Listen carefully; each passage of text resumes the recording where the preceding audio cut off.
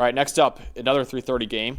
Kansas at Missouri, 3:30 p.m. Eastern Time on ESPN2. The border war rivalry is back. So back when Missouri was a member of the Big 12 Conference, it had a fierce rivalry with Kansas known as the border war. But these two programs have not met since Missouri joined the SEC in 2012. This rivalry was revived this year as a part of both of their non-conference slates, and it's the first border war in 14 years.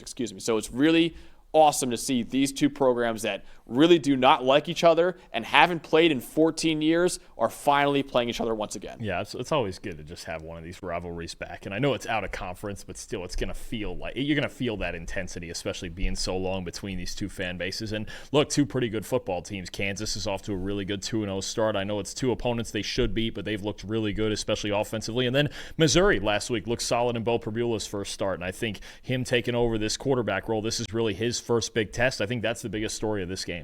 Absolutely. So you have the Missouri offense with Bo Pribula, who looked pretty good in his debut as Missouri's starting quarterback. What should we know when the Tigers have the ball? Yeah, I think that's just the theme here. I really do, is that it's Bo Pribula's first real, and I know we saw him play the second half of the Wisconsin game last year for Penn State. He played a lot of the Wildcat role. He got in spot duty, right, for Andy Koldenicki at Penn State, but now it's his team. This is his team. I like the first start. Look, 91.5 passing grade last week against an FCS opponent, 283 and 2 touchdowns, a big-time throw. We know he can run the football, 70 rushing yards, and I think at least for one game against an easier opponent, we saw what we used to see out of Kirby Moore, I would say more so in 2023, with the play calling when Brady Cook was fully healthy and things were rolling with Luther Burden and all those guys, Cody Schrader when they had that offense going. I think Pribula as the dual threat really adds that dimension back in where you have the play action, the option threats. You can still get, traditional in your run game with their outside zone schemes and Ahmad Hardy. I just think in general, and I love the way that also,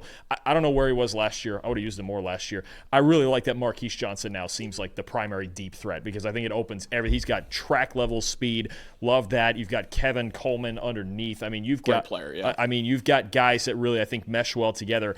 But it's around Pribula, and something I'm looking at to me when I've watched him in the small sample that we have at Penn State and now at Missouri. Intermediate throws, I think down the seams, 15 to 18-yard crossers, especially off play action when that space is opened up with those linebackers stepping up.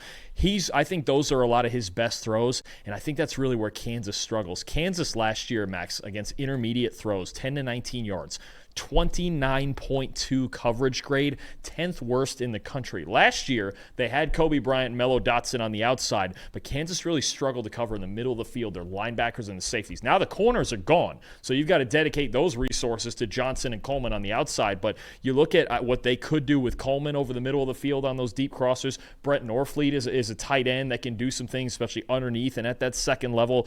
I think there's a lot of Bo Pribula's tendencies that play well for him in this game as long as he can adjust to the caliber of opponent and not crack under the pressure of, okay, now we're playing big games as a starter in the SEC against teams like Kansas, a Big 12 team like Kansas, right? 4 quarters of consistent football. Want to see that out of him, but I think there's some of his best throws that he makes, I think are kind of tailor-made to beat Kansas's defense here. So you're watching the quarterback on Missouri. I'm watching the quarterback on Kansas because my matchup to watch is, can Jalen Daniels continue his scorching hot streak to the season right now? Jalen Daniels, let's face it, last year was a roller coaster. He had the second best big-time throw rate in the Power 4, only trailing DJ Lagway. He's actually tied with Jackson Dart in that metric. But his 4.3% turnover-worthy play rate was the 9th highest in the Power 4. Look at those numbers right there through 2 weeks so far. He has been playing like one of the best quarterbacks in college football. Now, yes, it was against Fresno State and Wagner, but 90.5 PFF grade, top 10 in the country. Top 10 in the country in adjusted completion rate. Top 5 in the country in passing yards. Top 2 in the country in passing touchdowns, too. So he's played really well so far through 2 games for Kansas, which is good to see considering last year he was a complete roller coaster. Usually you would see some great games from him and then some really bad games from Jalen Daniels. So far through 2 games, he has been nothing but outstanding for the Jayhawks. Missouri's pass defense was very good and a 61-6 win over Central Arkansas. They had a 90.2 coverage grade in the victory, which is currently third in America right now. It's also the second highest single game coverage grade Missouri's ever had since PFF began grading college football in 2014. But again, Central Arkansas, whole different animal with Jalen Daniels this week. I'm really curious to see, one, can Jalen Daniels just really keep up this scorching hot streak he's on right now against the Tigers? I'll tell you how he can. One, I like that Kansas in these first two games. Look, Jalen Daniels, obviously a home run hitter, an athletic guy. He can do a lot of things. And look, when he is hot, he is one of the best quarterbacks in the country. He just runs hot and cold. Two things I like. One, Kansas still this year through two games, they're running 58% of the time. Don't feel like he has to take the game over until he really has to. There's going to come moments where it's, Jalen's got to take the game over. But you don't have to do that from front to back. And I think last year there were too many moments, especially in these out-of-conference games. Remember when they played Illinois last year?